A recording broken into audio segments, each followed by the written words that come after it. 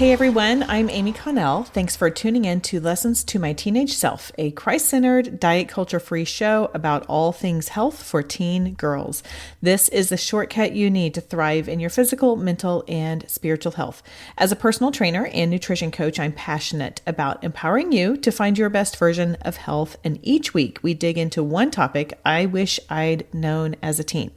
I was running errands yesterday and in the car, and I just had one of those moments of, I am so tired.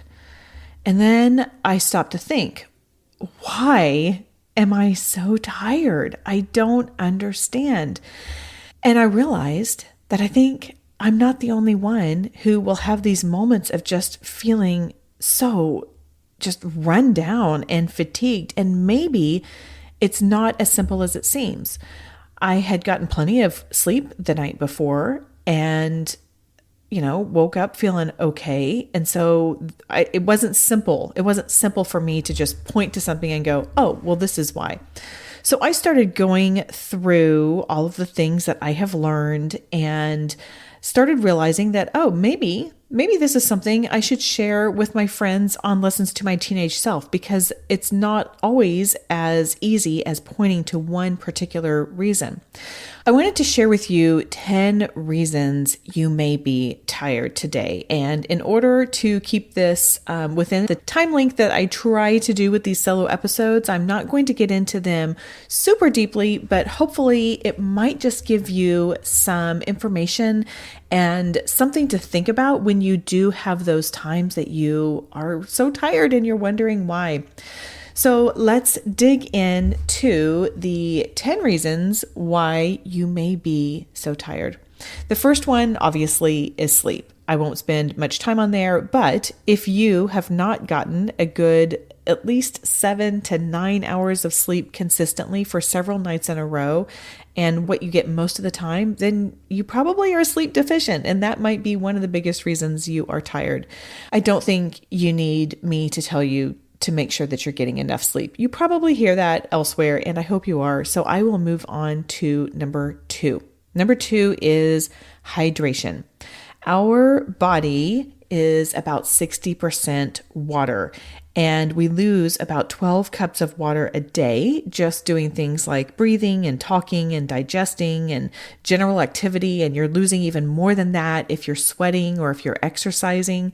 And our body needs water to perform all of the systems that it needs to do. So it may be that you need to drink a big glass of water.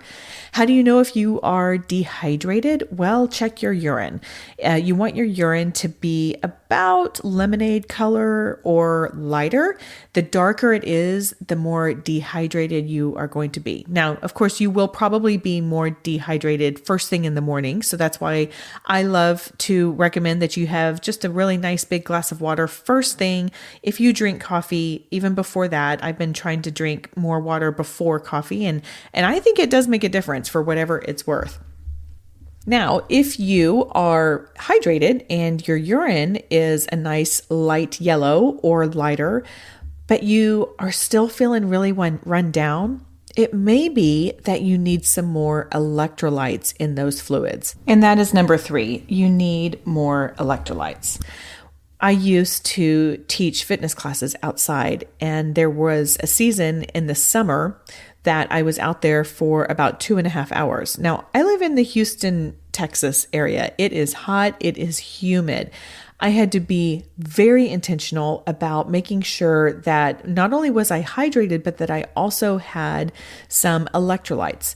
Electrolytes are minerals in our blood and then other fluids in our bodily fluids that carry a charge, and that charge is what is needed to kind of maintain balance.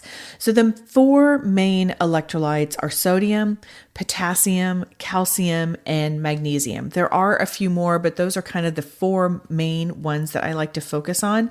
And so it may be that you need to have some water or some fluids with some electrolytes in there.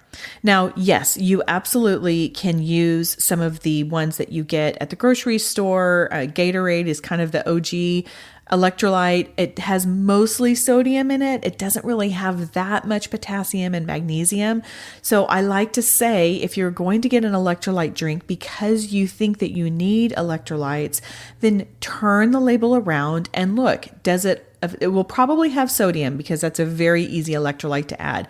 But does it have potassium? Does it have magnesium? Calcium is also another electrolyte to look for.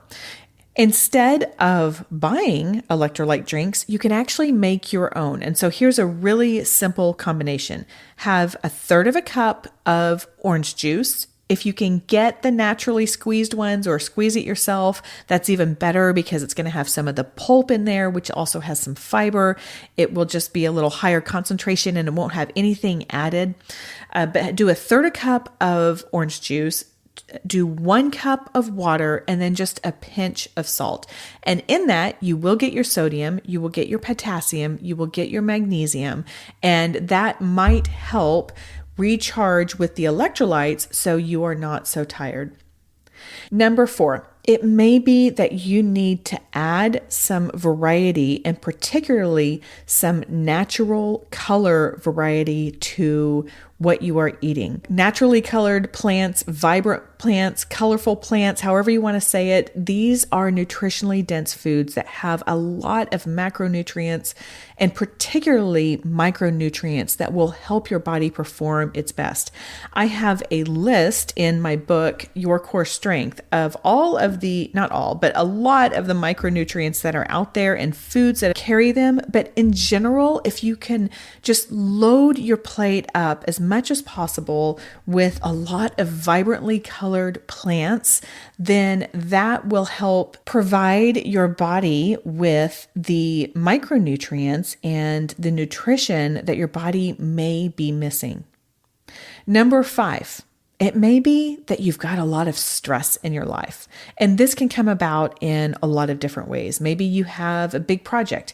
Maybe this is school pressure or social issues, or maybe your family's going through some stuff. All of these are super stressful.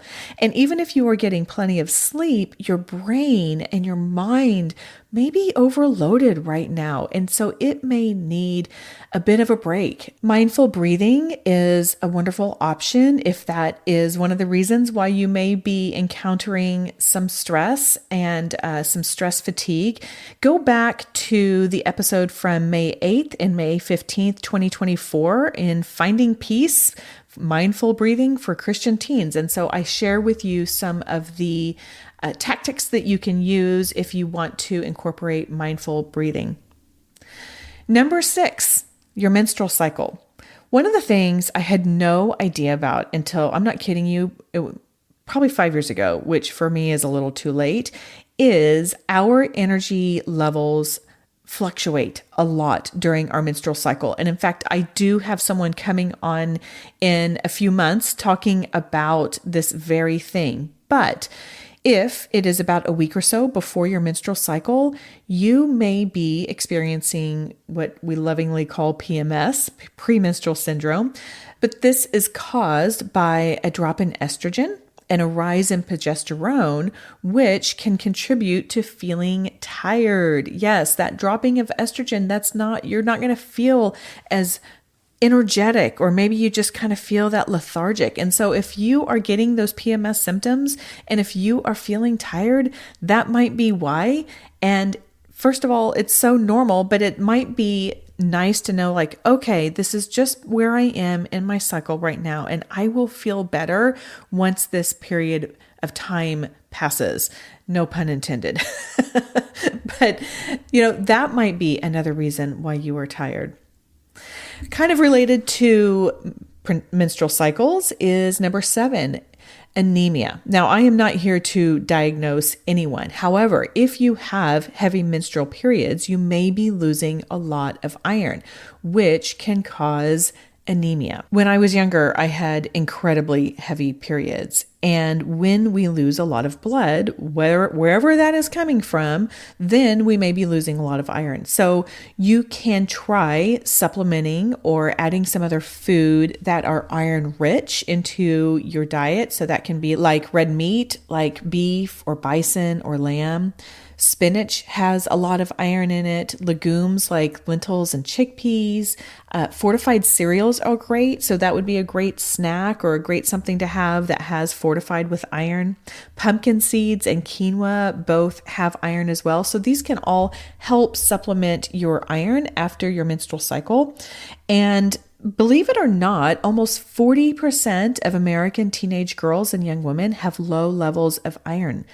And nearly 1 in 4 are iron deficient, which means you're not getting enough iron. If you are thinking, well, I wonder if this is me, here are some of the symptoms. It can be fatigue, like we're talking about, cold hands and feet, hair loss, brittle nails, and then just things like brain fog. So those are some symptoms to be aware of if you are anemic. And again, this is not a diagnosis, but just something to be aware of. Call your doctor if you are thinking like, oh gosh, not only am I tired, but also my hands are cold all the time and my nails keep breaking. It might be iron related. So something to be aware of, and definitely talk to your doctor about that. Number 8 is depression. If you are feeling constantly tired, that can be a sign of depression. If you are experiencing ongoing fatigue and then, having those feelings of sadness or hopelessness or just loss of interest in activities that you normally like, then talk to someone, talk to a trusted adult or a healthcare provider, a coach if you have something like that, because your mental health does matter. There's no shame in seeking help. But if you find that you just want to crawl in bed and get under the covers and maybe just things don't feel right, it might be a symptom of that. So I know depression is talked about a lot, and I am, again, not here to diagnose anyone, but if that is something that is bothering you, then I think that it's worth talking about and exploring if that might be one of the causes of your fatigue. Number 9 is you're sick. You might be getting sick, you might be currently sick, or you might be getting over sickness. These can take a toll on us depending on what it is. And so if you are sick in either one of those phases, then maybe that's your opportunity to take things down a notch, to rest a little bit, take your naps, eat those plants that have a lot of variety in them so you can get a lot of nutrients and feel better. But remember that there's no timeline for a sickness. It may be that you got something and your sibling got something and it lasted 5 days for them. And on day 9, you're thinking, why do I still feel this way? Well, because it treated you differently. And that's just, it's not here or there. It's just different. So it might be that you're sick. And number 10 may be your caffeine. Now, I did an episode on caffeine back in March 6, 2024, and I actually called it Caffeine Crash Course and How to Enjoy Without Impacting Your Sleep. Caffeine has a half-life of 4 hours. If you are having caffeine later in the day, say you go to Starbucks and you get something and it has about 200 milligrams of caffeine, which is a lot of caffeine to have, by the way, or if you're having a Celsius, which I don't love energy drinks, but I won't get on a rant right there. But if you're having something, say at 6 o'clock, well, 4 hours later, it still has half the amount of caffeine in there. If you had 200 milligrams before a practice or before you went to the gym or just because you were tired at 6 p.m., well, at 10 p.m., you still have 100 milligrams of caffeine floating through you. And when we have caffeine, that does impact our sleep. So consider when you have your caffeine and go listen to that episode back in March, Caffeine Crash Course, if you want to think about how maybe caffeine might be affecting your sleep. So, to circle this back to the very beginning, what was my culprit? What did I figure out? I think what I figured out was 2 things. One is stress. So I live again in the Houston area, like I mentioned. And if you are listening to this real time, you may know that we had a hurricane come through. And this hurricane did all kinds of damage to our property, and I've just had a lot of follow-up. Fortunately, nothing terrible happened to our house, but it's just been a lot. It's been a lot. And so I have kind of been stressed out about that. And I think that stress just finally was a little more than what my body was wanting to deal with. And the other thing is, yes, it happens to all of us. I don't think I've been eating enough colorful plants. So I have gone to the store. I picked up a few of the vegetables that I enjoy eating, and I am adding those to my meals to make sure that I am getting lots of color in my diet, because variety matters, and all food is good food. There are no good and bad foods, but there are some foods that our body likes and thrives with a little bit better. And again, this is something that I talk about in one of the chapters in Your Core Strength in my book. So you can certainly grab that if you want more of a chart and to learn more. I want to leave you with this Bible verse today from Psalm 46:10 that says, "Be still and know that I am God. I will be exalted among the nations. I will be exalted in the earth." Sometimes we just need to be still and tune into what God is wanting for our mind, for our soul, for our body, and then responding. But we can't do that, and we cannot hear the whispers of God if we are running crazy. Take some time, and I am speaking to me just as much as I am speaking to you. Take some time to be still and be with God in silence and quiet and without the phone and without even me talking to you, but just sit with God and see how He can restore your soul. Okay, that's all for today. Take today's lesson and go out there and live the life God has for you and your amazing original body. Thanks for tuning in today. Do you have a question you would like answered here on the Lessons to My Teenage Self podcast? If so, go to the show notes where you will see an anonymous form you can fill out, and that question may be answered here on the show. Also, if this show is valuable to you, could you do one of two things that are enormously valuable to me? Number one, share it with a friend. Just take a screenshot, send it to her, or you can go to the show and send it straight from there. Also, if you can provide a rating and review, particularly if you listen to your podcast in Apple Podcasts. Thanks again, and see you next time.